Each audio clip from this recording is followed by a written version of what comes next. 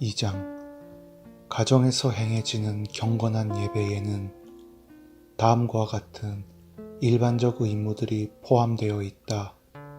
먼저, 기도와 찬양은 하나님의 교회와 이 나라의 공적인 형편과 필요뿐 아니라 가정과 가족 구성원 모두의 상태와 관련해서도 행할 수 있다.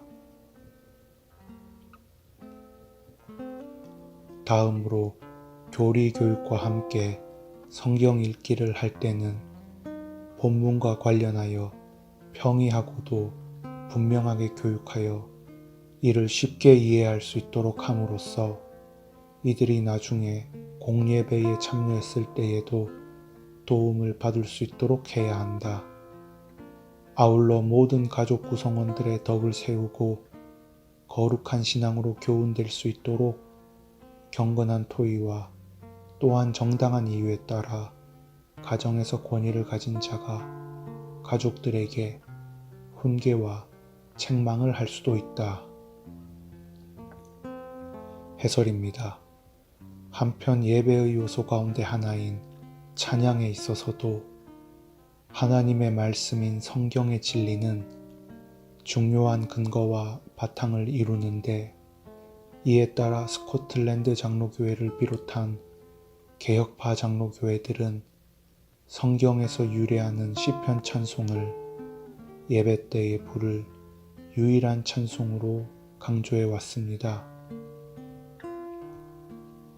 그러므로 웨스트민스터 예배 모범의 공적인 감사 주일에 관한 항목에서도 시편 찬송에 대해 이르기를 시편 찬송은 대부분의 의식 중에서 감사와 즐거움을 가장 잘 표현한 것이기 때문에 현재의 의식에 적합한 말씀을 봉독하기 전이나 후에 감사의 뜻을 담은 시편 찬송을 부르도록 한다고 했으며 무엇보다 시편 찬송에 관해 따로 항목을 두어 설명하기를 공적인 집회 가운데서 함께 시편 찬송을 부르면서 하나님을 찬양하거나 혹은 개인적으로 가정에서 하나님을 찬양하는 것은 그리스도인의 의무이다라고 했습니다.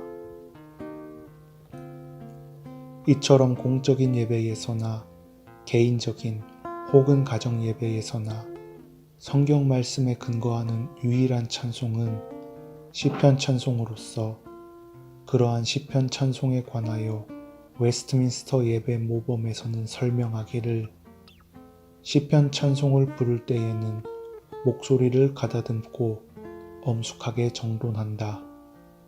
주님을 찬양할 때 중요한 것은 마음에서부터 우러나오는 은혜와 이해로 찬양해야 한다는 것이다 라고 언급하고 있습니다. 그런데 개인적으로나 가정에서 혹은 공적으로 시편을 찬송함에 있어서 한 가지 유념할 것이 있는데 그것은 마음에서부터 우러나오는 은혜와 이해로 찬양해야 한다고 한 웨스트민스터 예배 모범의 언급입니다. 그 가운데서도 특히 이해로 찬양해야 한다는 점이 중요한데 하나님을 찬양함에 있어서도 중요한 것은 우리 자신의 감정이 아니라 하나님께서 계시하신 진리 자체가 더 중요하기 때문입니다. 오히려 하나님께서 계시하신 진리로 말미암는 반응으로서 마음에서부터 우러나오는 은혜가 있는 것입니다. 웨스트민스터 총회석상에서는 심지어 공식적인 성경이 아닌 운율에 맞춘 의역의 시편 찬송은 불법이라는 주장이 제기되기도 했는데 개인적으로나 가정에서나 예배에 합당한 찬양은 항상 시편을 노래하는 것이었음을 알 수 있습니다.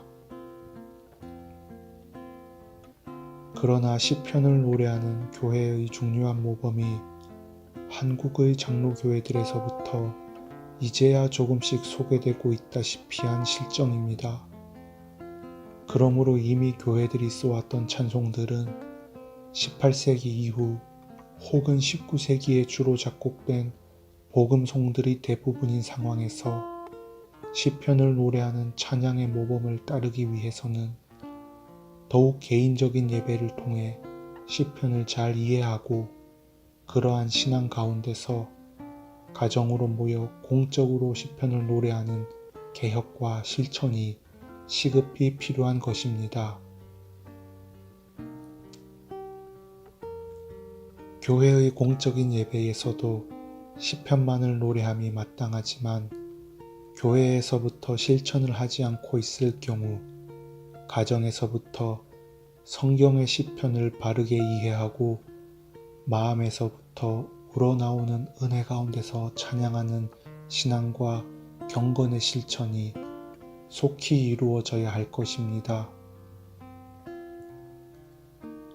가정 예배에 있어 중심이 되는 성경 읽기와 교리 교육에 대해 살펴보기에 앞서 성경을 대하는 자세에 대해 먼저 생각해 볼 필요가 있습니다.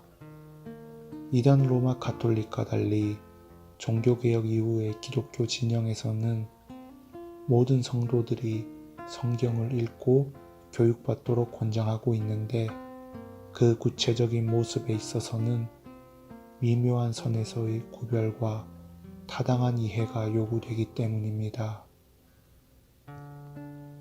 우선 종교개혁 이전까지 로마 가톨릭 교회가 공인한 성경은 잘못된 번역인 라틴어 불가타본이었습니다. 물론 14세기에 존 위클리프가 라틴어 신약 성경을 영어로 번역했으며 그보다 앞서 프랑스에서 발로에 의해 라틴어 성경을 프랑스어로 번역한 일이 있었지만 그런 성경 번역은 라틴어 불가타본만은 절대적으로 신뢰하는 이단 로마 가톨릭의 입장에 따라 전적으로 부정되고 폐기되어야만 했습니다. 잘못된 라틴어로 번역된 성경 외에는 일절 용인되지 않았던 것입니다. 그마저도 그저 사제가 미사 때에만 읽어주는 라틴어로 된 이상한 소리들로밖에 듣지 못하는 형편이었습니다. 요한복음 4장 23절 말씀을 따라 영과 진리로 예배하는 것이 아니라 제의적인 미사로 만족하는 가운데 있었기에 성경의 내용을 알지 못하는 것이 당시의 종교 행위에 전혀 방해가 되지 않았던 것입니다. 그러다가 16세기 종교개혁의 시대 이후 본격적으로 많은 개혁자들이 성경을 각 나라의 말로 번역하기 시작했고 때마침 인쇄술의 발달로 번역 성경들이 널리 보급되면서 개신교인들의 각 가정에서 성경을 읽고 배우는 일이 충분히 가능하게 되었습니다.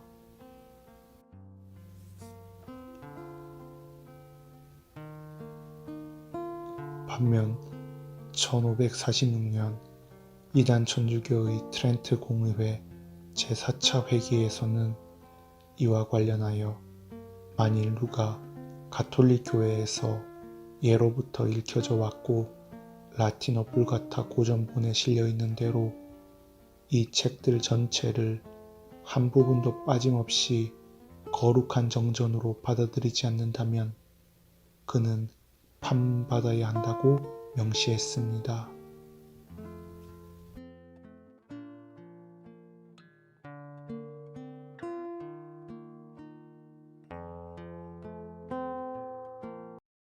땅의